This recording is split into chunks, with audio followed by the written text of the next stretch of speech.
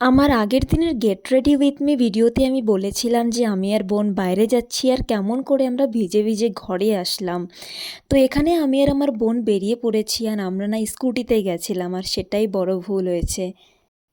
তো যাওয়ার পথেই আমরা এই পার্কটাতে একটু টাইম স্পেন্ড করি। আমরা বেরিয়েছিলাম 4টে নাগাদ। তো এখানে আমরা যখন পৌঁছেছিলাম 4:30 পৌনে 5টা বাজে। তো এই ভিউটা দেখো, এত সুন্দর এই পার্কটার ভিউ। তো এখানে আমরা একটু দোলনা খাই, একটু হাঁটাহাঁটি করি, তারপরে চলে যাই আমরা গ্রসারি শপিংয়ের জন্য। তেমন কিছু তো কেনার ছিল না, টুকটাক যে ঘরের এসেনশিয়াল জিনিসগুলো সেইগুলোই কিনেছি, যেমন বডি ওয়াশ, ফেস ওয়াশ, এইসবগুলো শেষ হয়ে গেছিলো অলমোস্ট। তো এই টুকটাক কিছু কিনে ওইখান থেকে আমরা বেরিয়ে পড়ি। আর এতক্ষণ পর্যন্ত ওয়েদার খুবই ভালো ছিল, বৃষ্টি বৃষ্টি মনে হচ্ছিল, বাট আমরা বেরোনোর পর ওয়েদারটা খুবই ভালো হয়ে গেছিলো। এখানে আমি বোনকে বললাম যে একটু ভিডিও করে দিতে, কেন কি সামনের তোমরা ভিউগুলো দেখো, এত সুন্দর লাগছিল। তারপর সিধা আমরা চলে যাই কিছু খাওয়ার জন্য, স্ন্যাক্স আইটেমই কিছু খাবো। আর এখানে আসার পরে আমরা ফার্স্ট অর্ডার করি চা।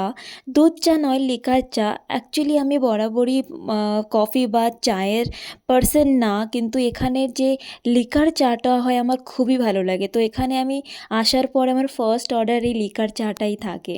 বোন বলছিল যে খাবে না, তাও আমি বললাম যে ট্রাই করে দেখ, আর ওরও খুব ভালো লেগেছে। তারপর আমরা অর্ডার করি এখানে স্টিম মোমোস। তারপর আছে এখানে চিকেন পকোড়া। চিকেন পকোড়াটাও এখানে খুব সুন্দর হয়। এখানে আমরা ঝটপট করে খেয়ে বেরিয়ে পড়েছি। মায়ের ফোনও চলে এসেছিলো আর রাতও হয়ে গেছিলো। এখনও পর্যন্ত বৃষ্টি শুরু হয়নি, ওয়েদারও খুব ভালো ছিল, বাট মাঝ রাস্তায় এরকম পরিমাণে বৃষ্টি শুরু হয়ে গেছিলো। আর মা না সঙ্গে একটা ছাতা দিয়ে দিয়েছিল, বাট আমরা বেশিক্ষণ দাঁড়াতে পারিনি ওইখানে। দূরে একটা ঘর ছিল আর সুনসান রাস্তা, কোনো গাড়ি ঘোড়া সেরকম চলাফেরা করছিল না। তো বোনকে বললাম যে ভিজে ভিজে ঘরে যাওয়াই ঠিক আছে, এখানে দাঁড়ানো ঠিক নয়।